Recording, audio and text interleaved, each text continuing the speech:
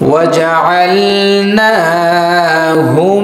أئمة يهدون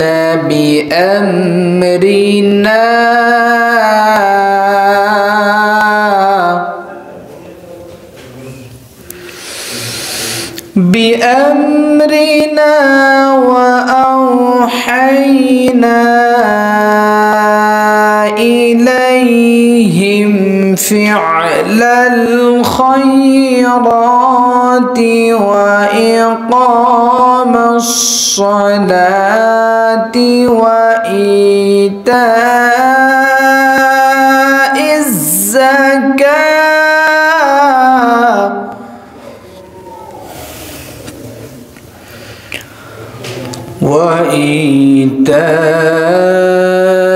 الزكاة وكانوا لنا عابدين.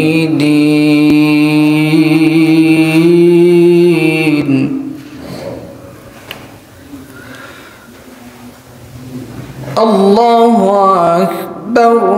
بسم الله الرحمن الرحيم.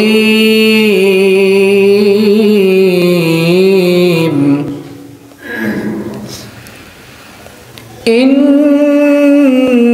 الله وملائكته يصلون على النبي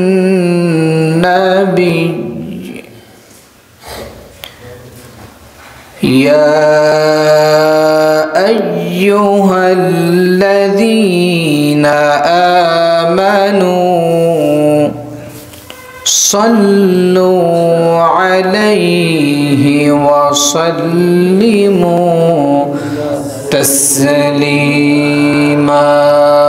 اللهم صل على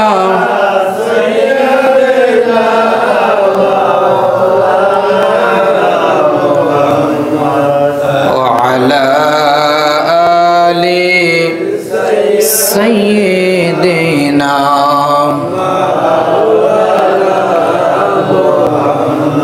مدينة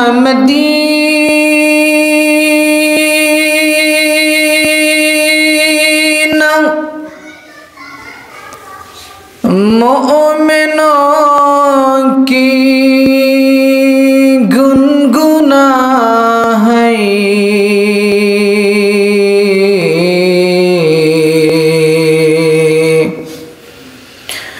दीदारे Medina आशिकों की तमन्ना है। अल्लाहुम्मा सल्ली अला मौलाना मुहम्मद व अला आलि सय्यिदिना मौलाना। जरा तुम्हार तिया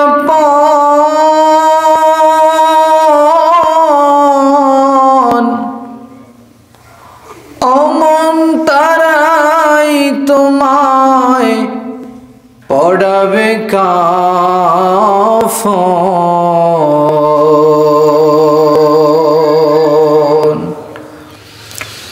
তারাই তোমায় দিবে দাফন।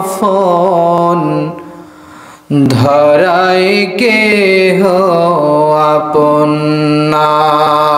আল্লাহুম্মা সাল্লি আলা সাইয়্যিদিনা মাওলানা মুহাম্মদ ওয়া আলা আলি সাইয়্যিদিনা মাওলানা মুহাম্মদ। লা ইলাহা ইল্লাল্লাহ লা ইলাহা ইল্লাল্লাহ লা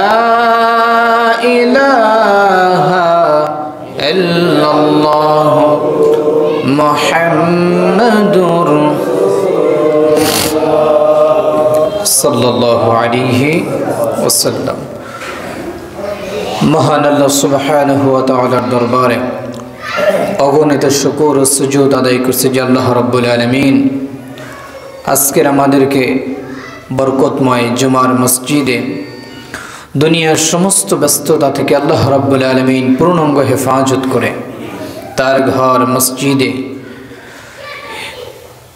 পৃথিবীর মধ্যে সবচাইতে মূল্যবান জায়গা, সবচাইতে দামি জায়গায় আসার এবং বসার তৌফিক দান করেছেন। শুকরিয়া দান আদায় করে পড়ছি আলহামদুলিল্লাহ।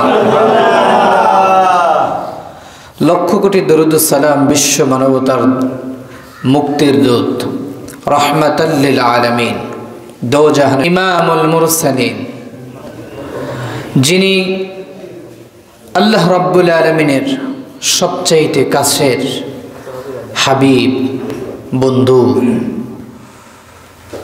যাকে আল্লাহ রাব্বুল আলামিন সৃষ্টি না করলে তাম পৃথিবীর কোনো কিছুই সৃষ্টি করতেন না, যার জন্য সমস্ত নবীরা নিজেদেরকে দামি বলেছেন। সেই বিশ্ব মানবতার মুক্তির দূত, যিনি কিয়ামতের ময়দানে সর্বপ্রথম শাফাআতের অনুমতি পাবেন, যিনি সর্বপ্রথম শাফাআত করবেন, যিনি শাফাআতে আকবর থেকে শুরু করে শাফাআতে কুবরা, শাফাআতে সগরা, বড় থেকে ছোট শাফাআত করবেন। আপনার আমার নবী না চাইতেই যার উম্মত হিসাবে মহান রব্বি কারীম আমাদেরকে কবুল করেছেন, তার উপরে একটিবার দুরুদ ও সালাম পেশ করে সকলেই পড়ছি সাল্লাল্লাহু আলাইহি ওয়াসাল্লাম। আল্লাহ রাব্বুল আলামিন আমাদেরকে সাপ্তাহিক শ্রেষ্ঠতম একটি দিন দিয়েছেন, যেই দিনটার নাম হচ্ছে ইয়াউমুল জুমআ। নাম কি? জোরে বলুন। জুমার দিন, শুক্রবার দিন, শ্রেষ্ঠতম নেয়ামতপূর্ণ বরকতপূর্ণ দিন। সবচাইতে নেয়ামত হচ্ছে এটা, আল্লাহ রাব্বুল আলামিন এই জুমার দিনকে শত শত নয়, হাজার হাজার নয়, লক্ষ লক্ষ পাপীদেরকে আল্লাহ রাব্বুল আলামিন নাজাত দিয়ে থাকেন। কোন কোন বর্ণনায় এসেছে জুমার দিন কবরে আযাবকে আল্লাহ তাআলা বন্ধ করে দেন। সুবহানাল্লাহ। সেই জুমার দিন পেয়ে আমরা সকলে খুশি। জোরে বলেন খুশি। বলি আলহামদুলিল্লাহ। সকলেই পড়েন রব্বানা লাকাল হামদ হামদান কাসীরান তাইয়িবান মুবারাকান ফি ইয়া রাব্বি লাকাল হামদ কামা ইয়ানবাগি লিজালালিকা ওয়া আযীমি সুলতানিকা লাকাল হামদু বিল ইসলাম ওয়া লাকাল হামদু বিল ঈমান ওয়া লাকাশ শুকরু বিল কুরআন। আল্লাহ আমাদের শুকর গুজার কবুল করুন, বলি আমিন। আতালাল্লাহু উমরাহু ওয়া বারাকাল্লাহু ফি হায়াতিহি। আল্লাহ আমাদের সকলকে দান করুন, বলি আমিন। ভূমিকায় সময় নষ্ট না করে কোরআন আল কারীমের একখানা আয়াতুল কারীমা তেলাওয়াত করেছি। আল্লাহ রাব্বুল আলামিন এই আয়াতের মাধ্যমে আমাদেরকে নির্দিষ্ট একটি আমলের ব্যাপারে বলেছেন। সেই আমলটির সাথে অন্য একটি আমল সংযুক্ত সম্পর্কিত রয়েছেন, কিন্তু আমরা মূল নির্দিষ্ট একটি আলোচনা শুনব, যেটা হচ্ছে ওয়া ইকামাস সালাহ তথা নামাজ। কি সম্পর্কে? নামাজ সম্পর্কে। অনেকে আলোচ্য বিষয়টা শোনার পরে মনে মনে ভাবতে পারেন যে এই সামান্য একটা বিষয়, কি এরকম কোনো ধারণা আছে নাকি? আমরা নামাজটাকে এত সিম্পলি এখন নিচ্ছি, অনেকে ফরজ তো মনে করি না, সুন্নত তো লাগেই না, বরঞ্চ এই নামাজকে আমরা নফলের চাইতেও কম দামি মনে করে থাকি। আজকের কোরআন আল কারিমাত থেকে কিছু নির্দেশিকা আমি আপনাদেরকে শোনানোর চেষ্টা করব। আমরা অনেকেই ধারণা করি আল্লাহ রাব্বুল আলামিন বোধহয় নামাজটা শুধু আমাদের জন্যই নাজিল করে দিয়েছেন। না না বন্ধুগণ, আল্লাহ রাব্বুল আলামিন বাবা আদম আলাইহিস সালাতু ওয়াস সালাম থেকে শুরু করে তার প্রিয় বন্ধু মুহাম্মদ সাল্লাল্লাহু আলাইহি ওয়াসাল্লাম পর্যন্ত 1,00,000 মতান্তরে 2,24,000 পয়গম্বরের উপরই আল্লাহ রাব্বুল আলামিন এই নামাজ দান করেছিলেন। আল্লাহ রাব্বুল আলামিন শুধু নামাজ আমাদের জন্য দেননি। কোরআনুল কারীমের মধ্যে আল্লাহ তাআলা বলছেন ওয়াজআলনাহুম আইম্মাতান ইয়াহদুনা বিআমরিনা ওয়া আওহাইনা ইলাইহিম ফি'লাল খায়রাতি ওয়া ইকামাস সালাহ ওয়া ইতাইজ যাকাতি ওয়া কানু লানা আবিদিন। আল্লাহু আকবার। আল্লাহ তাআলা বলেন আমি তাদেরকে নেতা বানিয়েছিলাম যাতে করে তারা আমার নির্দেশ অনুযায়ী মানুষকে হেদায়েতের দাওয়াত দেয় এবং তাদের প্রতি আমি ওহী নাজিল করেছিলাম তারা যেন সালাত আদায় করে এবং যাকাত আদায় করে এবং তারা তাই অনুযায়ী আমার ইবাদত করত। সুবহানাল্লাহ। আমি শুধু তোমাদের উপরে নামাজকে চাপিয়ে দিয়েছি বিষয়টা এমন নয়। আল্লাহ রাব্বুল আলামিন সব নবীদের জন্য নামাজটা জায়েজ করেছিলেন। ইবাদতের মধ্যে সবচেয়ে সাজানো গোছানো ইবাদত হচ্ছে সালাত আদায় করা। ইবাদতের মধ্যে সবচেয়ে মজাদার ইবাদত হচ্ছে আল্লাহর কদমে সিজদা করা। দুইটা আমলের মাধ্যমে বান্দার দাসত্ব বেশি প্রকাশ পায়। 1 নম্বর আমল হচ্ছে বান্দা যখন তার কুদরতি কদমে সিজদায় পড়ে যায় আমার আল্লাহ রাব্বুল আলামিন তার সিজদাটাকে দেখার পরে আল্লাহ এত খুশি হয়ে যায় যে অন্য কোন আমলে আল্লাহ এত খুশি হন না।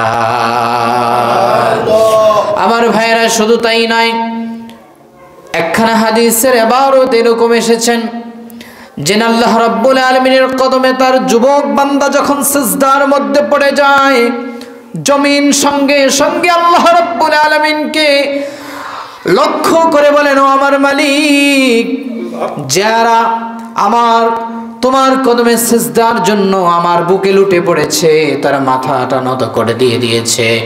আল্লাহ তাআলা আজকে আপনি যদি আমাকে শক্তি দেন আমি এই মাটিটা আপনার বান্দার জন্য একটু উপরে উঠে যেতে চাই। আমার ভাইরা, আল্লাহ রাব্বুল আলামিন হযরত ইসমাঈল আলাইহিস সালাতু ওয়াস সালামের সালাত তার উপরে সালাত দিয়েছিলেন, নির্ধারিত করেছিলেন। সূরা আল মারইয়ামের 54 এবং 55 নম্বর আয়াতুল কারীমের মধ্যে আল্লাহ তাআলা বলেন ওয়াযকুর ফিল কিতাবি ইসমাঈল ইন্নাহু كان صادق الوعد وكان رسولا نبيا وكان يأمر أهله بالصلاة والزكاة وكان عند ربه مرضيا سبحان الله الله تعالى বলেন স্মরণ করো এই কিতাবের মধ্যে আমি ইসমাঈলের নাম দিয়ে দিলাম। স্মরণ করো ইসমাঈলের কথা, যিনি ছিলেন প্রতিশ্রুতি পালনে সত্যবাদী এবং নবী এবং রাসূল। তিনি তার পরিবার পরিজনকে নিয়ে আল্লাহ তাআলার সালাত আদায় করতেন, নামাজ আদায় করতেন, সিজদা করতেন। শুধু তিনি ইবাদত করতেন তা নয়, মুহাদ্দিসিনে কেরাম আয়াতের ব্যাখ্যার মধ্যে তিনিও বলেন সাইয়্যিদিনা ইসমাঈল আলাইহিস সালাতু ওয়াস সালাম নামাজের ব্যাপক দাওয়াত দিয়েছিলেন। এরপরে আল্লাহ তাআলা বলেন তারা ছিল আমার উপরে খুশি আর আমিও ছিলাম তাদের উপরে খুশি। সুবহানাল্লাহ। আমার ভাইরা, ঠিক তেমনি ভাবে আল্লাহ রাব্বুল আলামিন নামাজ শুধু আমাদের জন্য জায়েজ করে দেননি, কোরআনুল কারীমের সূরা তাহার 13 এবং 14 নম্বর আয়াতের মধ্যে আল্লাহ তাআলা বলেন, ওয়া আনা খাতারতুকা ফাসতামি' লিমা ইউহা ইন্নানি আনাল্লাহু লা ইলাহা ইল্লা আনা ফা'বুদনি ওয়া আকিমিস সালাতা লিযিকরি। সুবহানাল্লাহ। আল্লাহ তাআলা বলেন, আমি তোমাকে মনোনীত করেছি, সুতরাং মুসার উপর আল্লাহ তাআলা আয়াত নাযিল করে বলেন, ও মুসা, আমি তোমাকে মনোনীত করেছি, সুতরাং তুমি তোমার প্রতি যে আমার পক্ষ থেকে ওহী প্রেরণ করা হয়েছে সে অনুযায়ী তুমি আমল করবে, ইবাদত করবে, আর তুমি সালাত আদায় করবে, সালাত কায়েম করবে, মানুষদেরকে দাওয়াত দিবে। আর হযরতে মূসা আলাইহিস সালাতু ওয়াস সালাম ছিলেন সত্যবাদী, প্রভু ইলার প্রতি বড় সন্তুষ্ট, সুবহানাল্লাহ বলেন। সুতরাং আল্লাহ তাআলা সকলের উপরে এভাবে দাওয়াতের মাধ্যমে নামাজকে প্রচার করেছেন। আল্লাহ রাব্বুল আলামিন কোরআনুল কারীমের সূরা লুকমানের 17 নম্বর আয়াতুল কারিমার মধ্যে ভাবে বলতেছেন যে আল্লাহ রাব্বুল আলামিন সাইয়্যিদিনা লুকমান তার সন্তানকে 10টা নসিহত করেছিলেন। কয়টা? 10টা নসিহত আল্লাহ তাআলার কাছে এতটাই ভালো লেগেছিলেন, যার কারণে আল্লাহ রাব্বুল আলামিন একজন ওলির নামে কোরআনের মধ্যে সূরা লুকমান দিয়ে তার নামে একটি সূরাই দান করে দিয়েছিলেন। আল্লাহ তাআলা বলেন, ইয়া বুনাইয়া আকিমিস সালাতা ওয়া আমুর বিল মা'রুফি ওয়ানহা আনিল মুনকার ওয়াসবির আলা মা আসাবাক ইন্না যালিকা মিন আযমিল উমুর। সুবহানাল্লাহ। আল্লাহ তাআলা বলেন, সাইয়্যিদিনা লুকমান তার সন্তানকে নামাজের ব্যাপারে দাওয়াত দিলেন, বললেন, হে আমার বৎস, হে আমার ছেলে, সুবহানাল্লাহ, হে আমার ছেলে, তোমাকে আমি কয়টা নসিহত করতেছি। 1 নম্বর নসিহত হচ্ছে আকিমিস সালাত, তুমি সালাত আদায় করবে, নামাজ আদায় করবে। কার নামাজ পড়বো? সিজদা করব কার কদমে? আল্লাহ তাআলা বলেন, 1 নম্বরে সিজদা দাও, এরপরে ওয়া আমুরু বিল মা'রুফি ওয়া নাহা আনিল মুনকার, তুমি সত্যের ব্যাপারে মানুষদেরকে সতর্ক করো, আর মিথ্যার ব্যাপারে তুমি প্রতিবাদ করো, মিথ্যার ব্যাপারে তুমি তাদেরকে তাগিদ করো, তারা যেন মিথ্যা না বলে। সুতরাং সৎ কাজের আদেশ দাও আর মন্দ কাজে নিষেধ করো। এরপরে বললেন, তোমার উপরে যখন বিপদ আসবে, ওয়াসবির আলা মা আসাবাক, যখন তোমার উপরে বিপদ আসবে তখন তুমি ধৈর্য ধারণ করো। ইন্না নিশ্চয়ই যালিকা মিন আযমিল উমুর, নিশ্চয়ই এটা বড় মারাত্মকতম কাজ, বড় হিকমতপূর্ণ, বড় হিম্মতের কাজ। সুতরাং আল্লাহ রাব্বুল আলামিনের সালাত থেকে তুমি দূরে চলে যেও না। আল্লাহ তাআলা শুধু তাকেই দেন নাই যে পুরুষ অলিকে দিয়েছেন তা নয়, মহিলা আলী সাইয়্যিদিনা মারিয়াম আলাইহিস সালাতু ওয়াস সালামকে আল্লাহ পাক ইলহামের মাধ্যমে জানিয়েছিলেন। কোরআনুল কারীমের সূরা আলে ইমরানের 43 নম্বর আয়াতের মধ্যে আল্লাহ তাআলা কোরআনুল কারীমের মধ্যে ভাবে বলছেন, ইয়া মারইয়াম কুনুতি বিরাব্বিক ওয়াসজুদি ওয়ারকাই মা'আজ যাকিঈন। সুবহানাল্লাহ। আল্লাহ তাআলা বললেন, হে মারিয়াম, তুমি তোমার রবের অনুগত হও, তুমি তোমার রবের অনুগত করো এবং সালাত আদায় করো, রুকুকারীদের সাথে রুকু করো। আল্লাহ রাব্বুল আলামিন এখানে রুকুকারীদের সাথে রুকু করার বিষয়টা আবার একটু ভিন্ন মাসালা আছে, শুধু এতটুকুই বুঝে নেন। আল্লাহ তাআলা হযরতে মারিয়ামকেও বললেন, ও মারিয়াম, তুমিও সালাত আদায় করো, খবরদার আল্লাহর অনুগত তার বাহিরে যেও না। এই জন্য আমি প্রথমেই বলে দিলাম যে আল্লাহ রাব্বুল আলামিনের প্রতি সন্তুষ্ট হওয়া, সন্তুষ্ট প্রকাশ করা আল্লাহ তাআলার ইবাদতের মধ্যে উত্তমতম ইবাদত হচ্ছে, দামিতম ইবাদত হচ্ছে সালাত আদায় করা, নামাজ আদায় করা। কোন ইবাদত? জোরে বলেন, কোন ইবাদত? আরো জোরে বলেন, কোন ইবাদত? ইবাদত কি এক বেলা পড়ব অন্য বেলায় ছেড়ে দিব, ব্যাপারটা এমন নাকি? সাইয়্যিদিনা সাইয়্যিদনা মুহাম্মদুর রাসূলুল্লাহ সাল্লাল্লাহু আলাইহি ওয়াসাল্লাম বুখারী এবং মুসলিমের কিতাবের মধ্যে বর্ণনা করেন, আল্লাহ তাআলা বলেছেন নামাজ আদায় করার জন্য উম্মতি মুহাম্মাদেরকেও নামাজের কথা বলেছেন। কিভাবে বলেছেন? আল্লাহ রাব্বুল আলামিন বলছেন ওয়া আকিমুস সালাতা ওয়া আতুজ যাকাতা ওয়া আতিউর রাসূলা লাআল্লাকুম। সূরা আন-নূরের 56 নম্বর আয়াতে আল্লাহ ডাক দিয়ে বলেন, এ দুনিয়ার মানুষ শোনো শোনো, তোমাদের উপরে আমি সালাত দিয়ে দিলাম, আকিমুস সালাত, তোমরা সালাত আদায় করো। এরপরে আরেকটা বিধান দিলেন ওয়াতুজ যাকাত, যাকাত আদায় করো। এরপরে আরেকটা বিধান দিলেন ওয়াতিউর রাসূল লাআল্লাকুম, এবং তোমরা আমার রাসূলের অনুগত করো। এক আয়াতের মধ্যে আল্লাহ তাআলা তিনটা বিধান দিলেন। বলেন কয়টা? জোরে বলেন কয়টা? এক নম্বরে সালাত আদায় করো। উম্মতি মুহাম্মাদের জন্য সালাতটা একটু ভিন্নভাবে দিয়ে দিলেন। সালাতের ইতিহাস কেই বা না জানে? রজব মাসের শ্রেষ্ঠতম ইবাদতের মধ্যে, রজব মাসের শ্রেষ্ঠতম কাহিনীর মধ্যে 12টি মাসের রজব মাসের শ্রেষ্ঠতম কাহিনী হচ্ছে মেরাজ। ঠিক কিনা বলেন? সেই মেরাজে আল্লাহ রাব্বুল আলামিন তার হাবিবকে, আপন হাবিবকে দাওয়াত দিয়ে মেহমান বানিয়ে আল্লাহ মেজবান হয়ে যেখানে নিয়ে গেলেন, আরশে মুআল্লায় নিয়ে গেলেন, সিদরাতুল মুনতাহা পাড়ি দিয়ে, সপ্তম আসমান পাড়ি দিয়ে আল্লাহর বাড়িতে দাওয়াত দিয়ে তার হাবিবকে নিয়ে গেলেন। বিশাল কথা হলো, অনেক কথা হলো, অনেক কথা হলো, খাওয়া দাওয়া হলো, ঘোরাঘুরি হলো। ঘোরাঘুরি করার পরে এরপরে আল্লাহ রাব্বুল আলামিন যখন তার হাবিবকে বিদায় দিবেন, বিদায় লগ্নে বলতেছেন, হাবিব আপনি তো আমার জন্য অনেক কিছু করলেন, আমি আপনার সাথে অনেক কথা বললাম, আপনার উম্মতের জন্য আমি একটি নিয়ামত দিতে চাই, এমন একটি আমল দিতে চাই, আপনি কি নেওয়ার জন্য প্রস্তুত নাকি?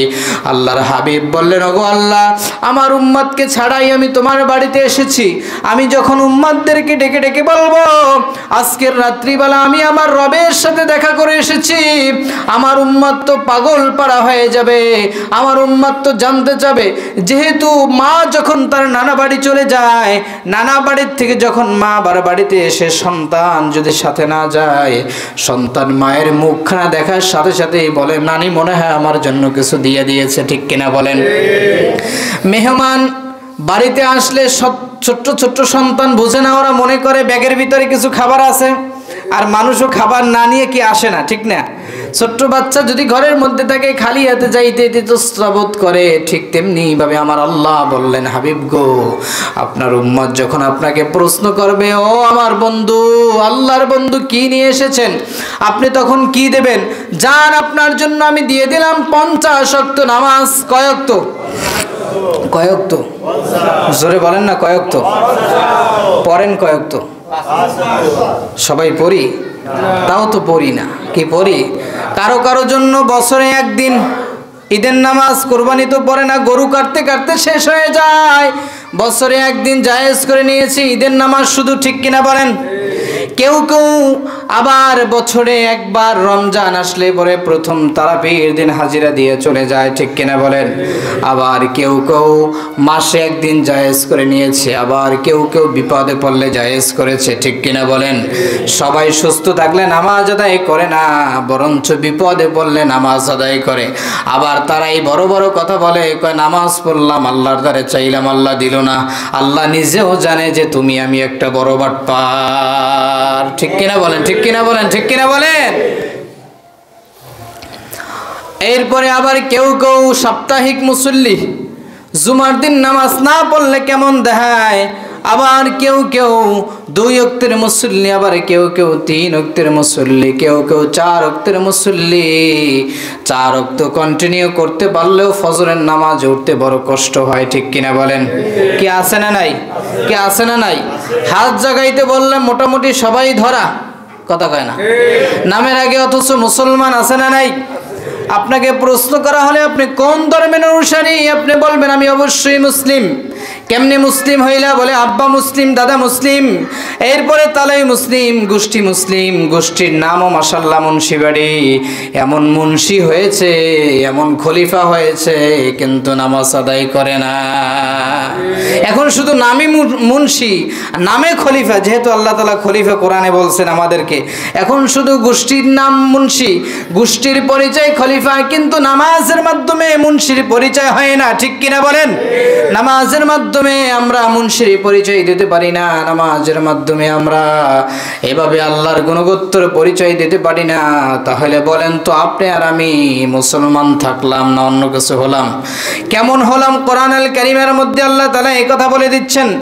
এরপরে আমি যে কথাটা বলতেছিলাম, আল্লাহ রাব্বুল আলামিনের পক্ষ থেকে এক বিশাল নিয়ামত নিয়ে যখন ছুটতেছেন, আল্লাহ রাব্বুল আলামিন চতুর্থ আসমানে তার বন্ধু হযরতে সাইয়্যিদিনা মূসা আলাইহিস সালামের সাথে দেখা হয়ে গেল।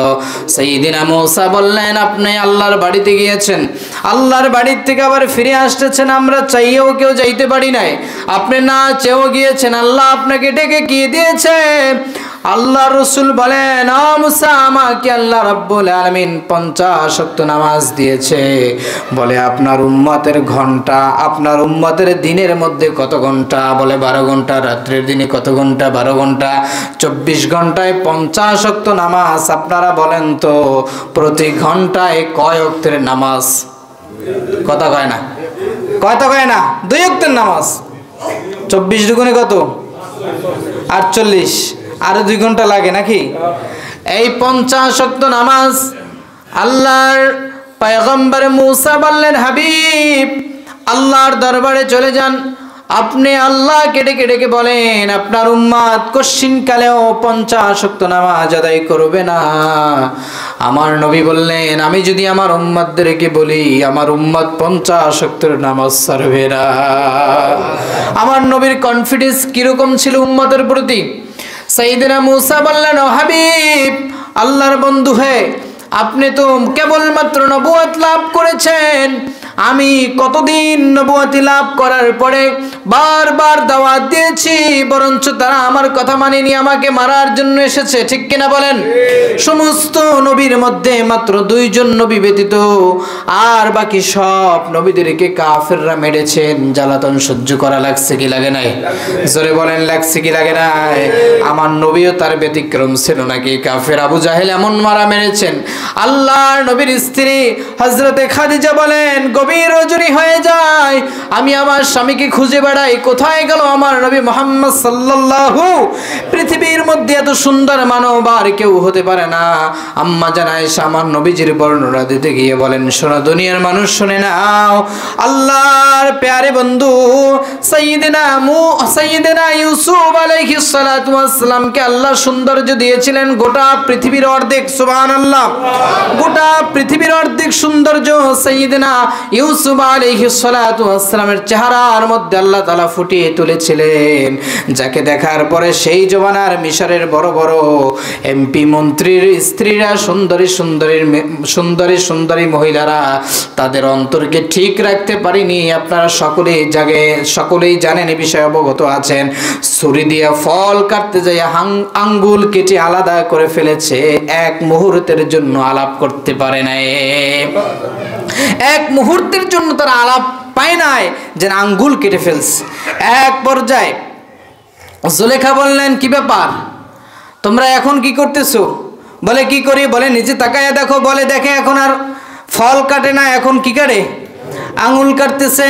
ঠিক তেমনি ভাবে আম্মা জান আয়েশা বলেন, আমার স্বামী মুহাম্মদ সাল্লাল্লাহু আলাইহি ওয়াসাল্লামকে যদি ওই জমানার মেয়েরা দেখতেন, তাহলে কলিজাটা আলাদা করে ফেলতেন, এক মুহূর্তের জন্য উপলব্ধি করতে পারতেন না। আম্মা জান খাদিজা বলেন, আমার এমন সুন্দর স্বামী, আল্লাহর এমন শ্রেষ্ঠতম রাসূল, যার চেহারার মধ্যে ছিল বরকত, যার চেহারার মধ্যে ছিল নূর, আমি গভীর রজনীতে খুঁজি আমার স্বামী কোথায়? না, কোথাও দেখি না। ঘর থেকে নাইমা দেখি যেন পূর্ণিমার চাঁদটা মনে হয় মরুভূমির বালির সাথে গড়াগড়ি করতেছে। আমি যাই দেখলাম আমার স্বামী অজ্ঞান হয়ে গেছে। আমি আস্তে করে তাকে মাথায় হাত বুলিয়ে দিয়ে বললাম, ইয়া রাসূলুল্লাহ, ইয়া হাবিবাল্লাহ, ওগো আল্লাহর নবী, আপনি কেন কথা বলেন না? আল্লাহর নবী চোখের পানি ছেড়ে দিয়ে বললেন, খাদিজা শোনো শোনো, আমার চাচার বাড়িতে যখন আমি রাত্রিবেলা ইসলামের দাওয়াত দেওয়ার জন্য গেলাম, আমার চাচা আমার দাওয়াত তো গ্রহণ করলই না, বরঞ্চ আমাকে রক্তাক্ত করে এখানে বালির মধ্যে ফেলে দিয়ে গেল। আম্মাজান খাদিজা বলেন, আমার স্বামীকে কাফেররা একবার দুইবার নয় অসংখ্যবার মেরেছে, এই জন্য প্রায় সব নবীরাই মার খেয়েছে, দুইজন নবী ছাড়া। সাইয়েদনা মূসা বললেন, ওগো আল্লাহর পয়গম্বর, আপনার উম্মত আপনার কথায় যতই প্রতিশ্রুতি দেখ না কেন, আপনার উম্মত কখনোই 50 ওয়াক্ত নামাজ আদায় করবে না। যান যান, আল্লাহর বাড়িতে চলে যান। আল্লাহকে ডেকে বলেন, আল্লাহ যেন আপনার নামাজটা কিছুটা কমিয়ে দেয়। মেরাজের রজনীর সেই ঘটনা, আল্লাহ রাব্বুল আলামিন 5 ওয়াক্ত নামাজ কমাই দিলেন। ইতিহাস আপনারা সবাই জানেন, একটু মনে করিয়ে দিলাম। 5 ওয়াক্ত থেকে শুরু করে মোট 45 ওয়াক্ত নামাজ কমিয়ে দিলেন। সাইয়েদনা মূসা বললেন, ওগো আল্লাহর পয়গম্বর, আল্লাহকে ডেকে ডেকে বলেন, আল্লাহ যেন আরো নামাজ কমিয়ে দেয়। সাইয়েদনা মুহাম্মদুর রাসূলুল্লাহ সাল্লাল্লাহু আলাইহি ওয়াসাল্লাম চোখের পানি ছেড়ে দিয়ে বললেন, ও মূসা, একবার আর দুইবার নয়, 9 বার আমাকে আল্লাহর বাড়িতে পাঠিয়ে দিয়েছো। 50 ওয়াক্ত থেকে 45 ওয়াক্তই নামাজ আল্লাহ কমিয়ে দিয়েছে, মাত্র 5 ওয়াক্ত নামাজ আছে। তুমি বলতেছো আমার উম্মত নাকি তাও পড়বে না। তবে শুনে নাও, আমি এমনিতেই বেজার হয়ে গেছি। আল্লাহর নবী কেঁদে ফেললেন, চোখের পানি ছেড়ে দিয়ে বললেন, 5 ওয়াক্ত নামাজ যদিও কমায় দেয়, তাহলে আল্লাহ আমাকে কি হাদিয়া দিল, আমি আর কি গ্রহণ করলাম? আমার লজ্জা লাগে, আমি আল্লাহর বাড়িতে আর যাব না। নামাজ কমানোর জন্য আমার আল্লাহ তাআলা আরশে মুআল্লা থেকে ডাক দিয়ে বলে, বন্ধু, চোখের পানি আমি আল্লাহ সহ্য করতে পারি না, চোখের পানি ফেলবেন না। আপনার কোন উম্মত যদি 5 ওয়াক্ত সালাত ঠিকভাবে আদায় করে, হাবিব গো আপনি জানায় দিন, 5 ওয়াক্তের বিনিময়ে 50 ওয়াক্ত পূর্ণাঙ্গ নামাজের সওয়াব তাদের আমল নামে আমি আল্লাহ দান করে দিব। এই জন্য নামাজ কয় ওয়াক্ত? কথা বলেন, কয় ওয়াক্ত? তিরমিজি শরীফের অন্যান্য হাদিস দিয়ে আরো বর্ণনা আছে। আমাদের সমাজের মধ্যে একদল মানুষ আছে বলে আহলে কিতাব, নামাজ বলতে কিছু নাই। আবার কেউ কেউ বলেন নামাজ 2 ওয়াক্ত। আবার আরেক দল আছে আহলে হাদিস, আছে না নাই? এরা কয় নামাজ 3 ওয়াক্ত, আবার কয় নামাজ 2 ওয়াক্ত। এখন দেখেন ইসলামের শত্রুগুলায় আগে মুস্তাহাবের উপরে কুরআন ধরেছে, হাতুড়ি ধরেছে, এরপরে ওয়াজিবের উপরে ধরেছে। যেহেতু 3 রাকাত ভেতরে কেটে কেটে 1 রাকাত বানিয়ে দিয়েছে, এরপরে সুন্নাতের মধ্যে ধরেছে, বলে সুন্নাত নামাজ লাগে না, সুন্নত লাগে কম ঘোড়ার ডিমে লাগে কি লাগে না? কথা কোন লাগে কি লাগে না? ওরা কয় লাগে না। এতদিন তো যা ছিল ছিল, এখন ফরজের উপরও হাতিয়ার ধরেছে। এই জন্য আমাদের সতর্ক হতে হবে। কেমনে সতর্ক হবেন? নামাজ পড়ে না না পড়ে? জোরে বলেন, পড়ে না না পড়ে? আমার ভাইরা, আল্লাহ রাব্বুল আলামিন আমাদেরকে নামাজ দিয়েছেন। কেমন নামাজ দিয়েছেন? আল্লাহ তাআলা আমাদেরকে নামাজ দিয়েছেন। আল্লাহ তাআলা নিজেই বলেছেন, ফাইন তাবু ওয়া আকামুস সালাতা ওয়া আতাউজ যাকাতা ফাইখওয়ানুকুম ফিদ্দীন। সুবহানাল্লাহ। আল্লাহ তাআলা বলেন, যারা তওবা করে অথবা সালাত আদায় করে এবং যাকাত দেয়, তারা তোমাদের ভাই। সুবহানাল্লাহ। তারা তোমাদের কি হয়? ভাই হয়। আল্লাহ তাআলা প্রথমেই বললেন, যারা তওবা করে, ফাইন তাবু আকামুস সালাত, যারা তওবা করে এরপরে সালাত আদায় করে। এর মানে মুফাসসির কিরাম বলেছেন, ঈমান আনার পরে সর্বপ্রথম কাজ হচ্ছে সালাত আদায় করা। কি আদায় করা? জোরে বলেন, কি আদায় করা? আরো জোরে বলেন, কি আদায় করা? এরপরে আল্লাহ তাআলা বললেন, ইন্নী আল্লাহু লা ইলাহা ইল্লা আনা ফা'বুদনি ওয়া আকিমিস সালাতা লিযিকরি। আমি ছাড়া কোনো মাবুদ নাই, সুতরাং তোমরা আমার ইবাদত করো। আরেকটি কাজ করো, আরেকটি কাজ হচ্ছে ওয়া আকিমিস সালাহ, তোমরা সালাত আদায় করো। সালাত আদায়ের সাথে সাথে আরেকটি কাজ করো, লিযিকরি, আমাকে স্মরণ করো। আমরা সব সময় স্মরণ করব কারে? জোরে বলেন, কারে? আল্লাহ তাআলা নিজে সূরা আল বাকারার মধ্যে ভাবে বলছেন, ফাযকুরুনি আযকুরুকুম, তোমরা যদি আমি আল্লাহকে স্মরণ করো, আমি আল্লাহও তোমাদের স্মরণ করব। তাহলে আমরা স্মরণ করব কারে? মনে রাখবেন, আপনি যদি আল্লাহকে স্মরণ না করেন, ধোঁকাবাজি করেন, মাঝে মাঝে বিপদে পড়লে নামাজ লুটিয়ে পড়েন, আবার বিপদ কেটে গেলে নামাজ থেকে আপনার মুখ ঘুরিয়ে নেন, তাহলে আল্লাহর সাহায্য সব সময় পাওয়া যাবে। এরপরে বলেন, আল্লাহ তাআলা নিজেই বললেন, ঈমান আনার পরে সর্বপ্রথম কাজ হচ্ছে সালাত আদায় করা। কি আদায় করা? সালাত আদায় করা। এ ভাইরা, নামাজের পরে আছে হজ, এরপরে আছে যাকাত, এরপরে আছে রোজা। আমার ভাইরা, এখানে দেখেন ইসলামের বিনা পাঁচটির মধ্যে বুনিয়াল ইসলাম আলা খামসিন শাহাদাতি আল্লাহ ইলাহা ইল্লাল্লাহ ওয়া আন্না মুহাম্মাদান আবদুহু ওয়া রাসূলুহু। আল্লাহ তাআলা এক নম্বরে বললেন সালাত আদায় করো, এরপরে বললেন যাকাত আদায় করো, এরপরে বললেন রোজা আদায় করো। দেখেন এই তিনটি ইবাদত আর নামাজ, চারটি ইবাদতের মধ্যে আল্লাহ তাআলা বললেন রোজা বছরে একবার। কয়বার? জোরে বলেন কয়বার? একবার ফরজ। 30টা রোজা রাখা কি একবারে ফরজ করে দিয়েছেন, বছরে একবার, এক মাস। এরপরে হজ জীবনে একবার। হজ কি দৈনিক? দৈনিক, প্রতি বছর বছর। আল্লাহ বললেন গোটা জীবনে হজ ফরজ হচ্ছে একবার। এরপরে যাকাত কি দৈনিক না বছরে একবার? কথা বলেন, বছরে একবার। তাও আল্লাহ তাআলা পার্টিশন করে দিয়েছেন, নিসাব পরিমাণ মাল যদি না থাকে, ইসলাম কারো উপর যাকাত চাপিয়ে দেননি, বরঞ্চ নিসাব পরিমাণ মাল থাকলে পরে তার জন্য যাকাতকে ফরজ করে দিয়েছেন কে? আপনি দেখেন, এই আল্লাহ তাআলার সব স্তম্ভগুলোর মধ্য থেকে আল্লাহ তাআলা একটি ফরজকে বারবার বারবার আমাদের করে দিয়েছেন। শুধু বারবার নয়, 24 ঘন্টার মধ্যে 5 বার 5 ওয়াক্তের নামাজ। ঠিক কিনা বলেন? তাহলে আমরা এই নামাজের গুরুত্ব কেমন তাহলে বুঝতে পেরেছি। আমার ভাইয়েরা, সালাতের মাধ্যমে আল্লাহ তাআলাকে স্মরণ করতে হবে। কাল্লা লা তুতি'হু ওয়াসজুদ ওয়াকতারিব। আল্লাহ তাআলা বলেন কখনোই নয় তুমি কাফেরদের অনুসরণ করো না, বরং তুমি সিজদা করো কারে? জোরে বলেন, আমরা সিজদা করব কারে? আমরা কাফেরদের অন্তর্ভুক্ত হব না, বরঞ্চ আমরা মুমিনি জীবন যাপন করব আর নামাজে সিজদা করব। সিজদার মাধ্যমে আল্লাহর নৈকট্য লাভ করব। নৈকট্য অর্জন হয় শুধু সিজদার মাধ্যমে, এছাড়া কোনো ইবাদত আমার আল্লাহ শোনেন না। প্রথম দেখেন নামাজ, যেহেতু রাসূল পাক সাল্লাল্লাহু আলাইহি সাল্লাম বলেছেন কিয়ামতের ময়দানে আল্লাহ তাআলা সালাত মিফতাহুল জান্নাহ, জান্নাতে যাওয়ার জন্য একটি মাধ্যম করেছেন, সেটি নামাজ। আবার বলেছেন আসসালাত আসসালাত ওয়া মা মালাকাত আসসালাত। কিয়ামতের ময়দানে আল্লাহ তাআলা সর্বপ্রথম নামাজের হিসাব নেবেন। যার নামাজ ঠিক তার সব ঠিক, যার নামাজ ঠিক নয় তার কিছুই ঠিক নয়। আল্লাহ তাআলা সূরা আল মাআরিজের মধ্যে ভাবে বলেছেন ওয়াল্লাযীনা হুম আলা সালাতিহিম ইউহাফিযুন উলাইকা ফি জান্নাতিম মুরিদুন। আল্লাহু আকবার। আল্লাহ তাআলা বলেন যারা নিজেদের সালাতে যত্নবান তারা জান্নাতি, আর যারা সালাত আদায় করবে, ইসলামের রুকুন ঠিক রাখবে, তারা কি জান্নাতি? বলেন তারা কি? জোরে বলেন তারা কি? এরপরে আল্লাহ তাআলা বলেন ইন্নাস সালাতা তানহা আনিল ফাহশাই ওয়াল মুনকার। যে ব্যক্তি সালাত ঠিকভাবে আদায় করলো, দুনিয়ার সকল অশ্লীলতা থেকে, দুনিয়ার সকল বাজে থেকে, দুনিয়ার সকল অপকর্ম থেকে একটি ইবাদত তাকে ফিরে রাখতে পারে, সেটি হচ্ছে সালাত। সুবহানাল্লাহ। আপনার সালাত কেমন হবে? অনেকে আছে 70 বছর নামাজ পড়ে এখনো মিথ্যা কথা ছাড়তে পারি নাই, আছে না নাই? 70 বছর নামাজ পড়ে এখনো ঘুষ ছাড়তে পারি নাই, এখনো জেনা ছাড়তে পারি নাই, টিভি সিরিয়াল ছাড়তে পারি নাই। আল্লাহ যেভাবে নামাজ চায় সেইভাবে আমরা নামাজ পড়ি কিনা?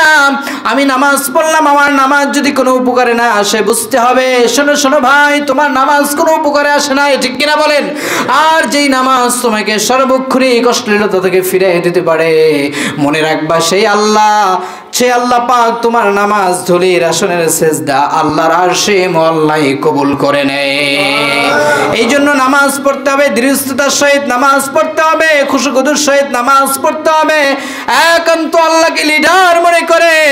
আমার ভাইরা কেমন হবে সালাত দেখেন, ইন্না আহাম্মা আমরিকুম ইনদাস সালাহ ইনদাস সালাতু মান হাফিযাহা ওয়া হাকাত আলাইহা হাফিযা দীনাহু ওয়া মান দায়্যাহা ফাহুয়া লিমা সিওয়াহা আদিয়াউ। তোমরা আল্লাহ তাআলার নিকট এমন ভাবে গুরুত্বপূর্ণ ভাবে নামাজ আদায় করো যে তোমার জীবনের সবচাইতে ইম্পর্টেন্ট হচ্ছে নামাজ। নামাজকে আমরা ঠিকই আদায় করি, কিন্তু আমরা ইম্পর্টেন্ট মনে করতে পারি না, গুরুত্বপূর্ণ মনে করতে পারি না। ওই নামাজ আদায় করো যেই নামাজের মধ্যে তোমার সবচাইতে বড় বরত্বের প্রকাশ হয়ে যায়। ইমাম আহমদ ইবনে হাম্বলের নাম শুনেছেন আপনারা? কথা কয় না, নাম শুনেছেন নাকি?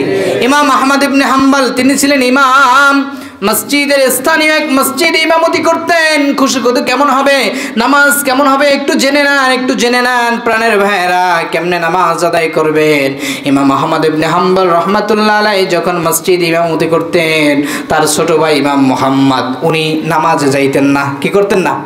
উনি নামাজে যাইতেন না। অনেক দিন যাবত মুসল্লিরা লক্ষ্য করতেছে যে ব্যাপার কি, বড় ভাই ইমাম, অথচ বড় ভাইয়ের প্রতি ছোট ভাইয়ের তেমন মনে হয় কোনো ভক্তি শ্রদ্ধা নাই, উনি নামাজে আসে না, কাহিনী কি?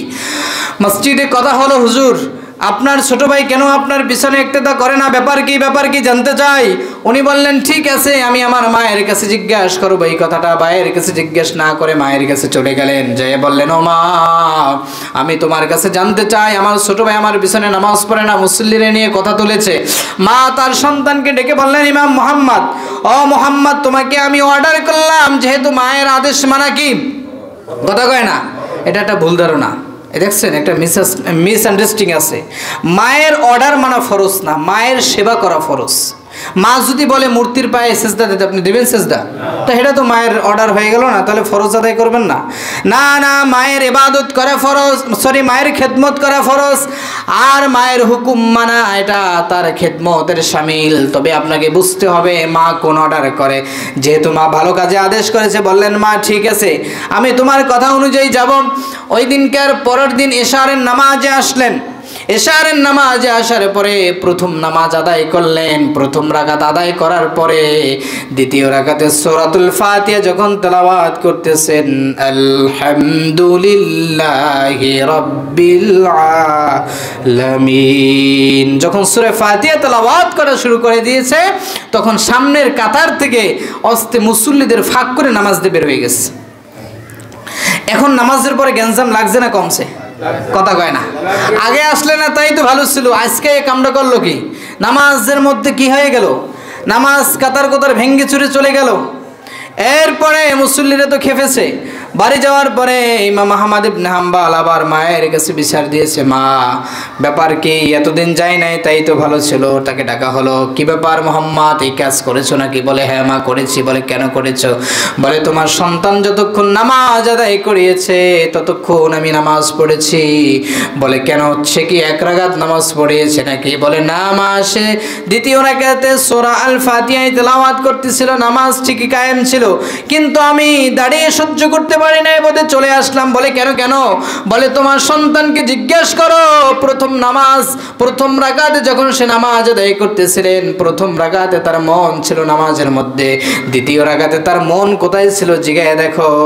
ইমাম আহমদ ইবনে হাম্বল মাথাটা নত করে দিয়ে চোখের পানি ছেড়ে দিয়ে বললেন, মাগো আমি যখন মসজিদের মধ্যে প্রবেশ করি, এক মুসল্লি মহিলাদের মাসালাগত ব্যাপারে আমাকে একটি মাসালা জিজ্ঞাসা করেছিলেন, মাসালাটা কি হবে? আমি চিন্তা করতে করতে নামাজের মধ্যে হঠাৎ করে আমার ওই চিন্তাটা এসে পড়েছে। আর আমরা নামাজে দাঁড়ালে দোকানের হিসাব থেকে শুরু করে, বউর সাথে কাজটা থেকে শুরু করে, দুনিয়ার সব চিন্তা মাথার মধ্যে ঢুকে যায়। সুতরাং আমাদের নামাজ কেমন হয় এবার একটু চিন্তা করে দেখেন, আমাদের নামাজ কেমন হয় একটু চিন্তা করে দেখেন। হযরত ওমর রাদিয়াল্লাহু তাআলা আনহু এভাবে নামাজের প্রতি কতটা যত্নবান ছিলেন দেখেন। হযরত ওমর রাদিয়াল্লাহু তাআলা আনহু একদিন ফজরের নামাজে ছুরির আঘাতে বৃদ্ধ হয়, ছুরির আঘাতপ্রাপ্ত হন, ছুরিতে আহত হন। তিনি ফজরের নামাজে দাঁড়াবেন, কিন্তু নামাজে দাঁড়ানোর মতন তার শরীরে কেমন অবস্থায় ছিল না। তিনি হযরতে আব্দুল্লাহ ইবনে আউফ রাদিয়াল্লাহু তাআলা ডেকে বললেন, আপনি দাঁড়িয়ে যান নামাজের মধ্যে, সুবহানাল্লাহ। জীবন মৃত্যু সজ্জায়, তারপরে বললেন আপনি নামাজে দাঁড়িয়ে যান।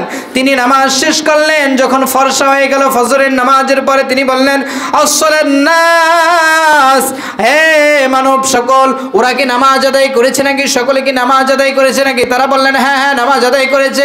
এরপরে তিনি বললেন, আম্মা ইন্নাহু লা হাযযা ফিল ইসলামি লা আহাদিন তারাকাস সালাত। আমি ওমর নিজেকে মুমিন দাবি করতে পারি না, সুতরাং কোন মুসলমান হতে পারে না যতক্ষণ পর্যন্ত সে আল্লাহর হুকুম নামাজের বিধান আদায় না করতে পারে। তখন তিনি নামাজে দাঁড়িয়ে গেলেন, তখন তার শরীর থেকে ফিটকি দিয়ে রক্ত বের হয়ে গেল। সুবহানাল্লাহ। অন্য এক বর্ণনায় নবীজি নিজেই বলেন, বাইনাল আবদি ওয়া বাইনাল কুফরি তারকুস সালাম। মুমিনের মধ্যে আর কাফিরের মধ্যে একটি ইবাদত হচ্ছে সবচাইতে পার্থক্যকারী একটি ইবাদত, তাকে পার্থক্য করে দেয় সে কি মুমিন নাকি মুসলমান। সেটি কি? জোরে বলেন না কেন? সেটি কি? সেটি হচ্ছে নামাজ। এই জন্য নামাজ আদায় করবেন, আল্লাহর সন্তুষ্টির জন্য নামাজ আদায় করবেন, আল্লাহর সন্তুষ্টির জন্য নামাজ আদায় করবেন। নামাজ কেমনে আদায় করবেন? ঘরে বসে, কথা কয় না, ঘরে বসে জামাতে নামাজ আদায় করলে আল্লাহ তাআলা নিজেই বলেছেন, ওয়ারকাউ মা'র রাকিঈন, তোমরা রুকুকারীদের সাথে রুকু করো। এরপরে দুইটা হাদিস শুনি আমি শেষ করে দিচ্ছি। এক নম্বরে হাদিস হচ্ছে, আল্লাহর নবী সাল্লাল্লাহু আলাইহি সাল্লাম বললেন, শুধু জামাতে নামাজ আদায় করবে তা নয়, আমাদের মধ্যে একটি ব্যারাম ঢুকেছে, নামাজে আসার উদ্দেশ্য ঠিকই করি, কিন্তু নামাজের জামাতের চিন্তা করে আবার পথে বন্ধুর সাথে দেখা হলে বন্ধুর সাথেও সময় কাটায়, ঠিক না ঠিক? এদিকে জামাত চলে যায়, কোনো খবর নাই, মাঝে মাঝে দেখা যায় নামাজে তাকবীরুল্লাহ হয়ে যায়, তারপরে মুসল্লিদের অভাব, মুসল্লি নাই, সালাম ফিরানোর পরে মুসল্লি ভরপুর। কি ব্যাপার? বলে আমরা আইসা নামাজ পাইনি, একটু ব্যস্ত হয়ে পড়েছিলাম। না না বন্ধু, এমন নামাজ নয়। কোন কোন মুফাসসির বলেছেন, মুনাফিকদের আচরণের মধ্যে অন্যতম একটি মুনাফিকের আচরণ হচ্ছে সে ঠিক মতন নামাজে শরীক হতে পারে না, বরঞ্চ নামাজ জামাতের ন্যায়তে মসজিদে যায়, অথচ তার নামাজ পথের মধ্যেই অর্ধেক চলে যায়। আমরা আমাদের বাস্তব জীবনে লক্ষ্য করে দেখি, মসজিদে ইকামত হয়ে যায়, তাকবীরুল্লাহ হয়ে যায়, তারপর আমরা নামাজ আদায় করতে পারি না। জামাতে নামাজ আদায় করলে 25 থেকে 27 গুণ সওয়াব বেশি। সুবহানাল্লাহ। আমার ভাইয়েরা, হাসান আল বসরি রাহমাতুল্লাহ আলাইহি বিশিষ্ট তাবী, তিনি যখন নামাজের ওযু করতেন, নামাজের জন্য প্রস্তুতি নিতেন, তখন তার চেহারাটা একটু ভয়ানক প্রকৃতির হয়ে যেত, তার চেহারা একটু ভিন্ন রকম হয়ে যেত। মুসল্লিরা লক্ষ্য করে বললেন, হাসান আল বসরি, কি ব্যাপার, তোমার চেহারা এরকম কেন?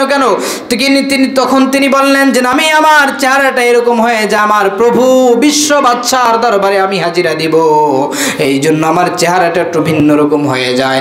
তখন তিনি উজু করার পরে যখন মসজিদের নববীর মধ্যে তিনি উজু করার পরে যখন মসজিদে ঢুকতেন, মসজিদে ঢোকার আগে গেটের সামনে দাঁড়াইয়া মাথাটাকে আরশে আজিমের দিকে তাকায় বলতেন, ইয়া রহমান ইয়া রহিম, হে দয়ালু প্রভু গো, আমি তোমার সামনে গুনাহগার দাঁড়িয়েছি, তুমি নিজেই তো বলেছো যে তোমরা সৎ লোক অসৎ লোকদেরকে মাফ করে দাও, সুতরাং আমি অসৎ, তুমি সৎ, আমি তোমার দরবারে হাজিরা দিলাম, তুমি আমার তামাম জীবনের গুনাহগুলোকে মাফ করে দাও।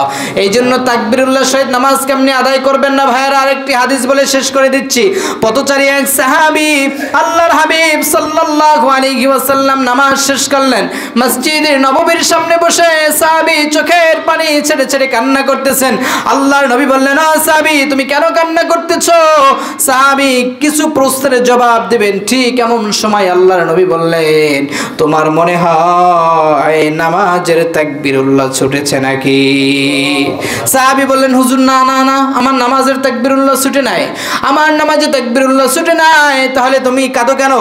আল্লাহর নবীকে লক্ষ্য করে বললেন, হুজুর আমি কাঁদি এই জন্য, আমার 2টি মাল ভর্তি উট আমার কাছ থেকে হারিয়ে গিয়েছে, আমি এত খুঁজেছি আমি পাইনি। সাহাবী আবার রিপিট করে বলেন, ইয়া রাসূলুল্লাহ, ইয়া হাবিবাল্লাহ, কারণ নামাজের তাকবীরুল্লাহ ছুটলে কি মানুষ এরকম কাঁদে নাকি?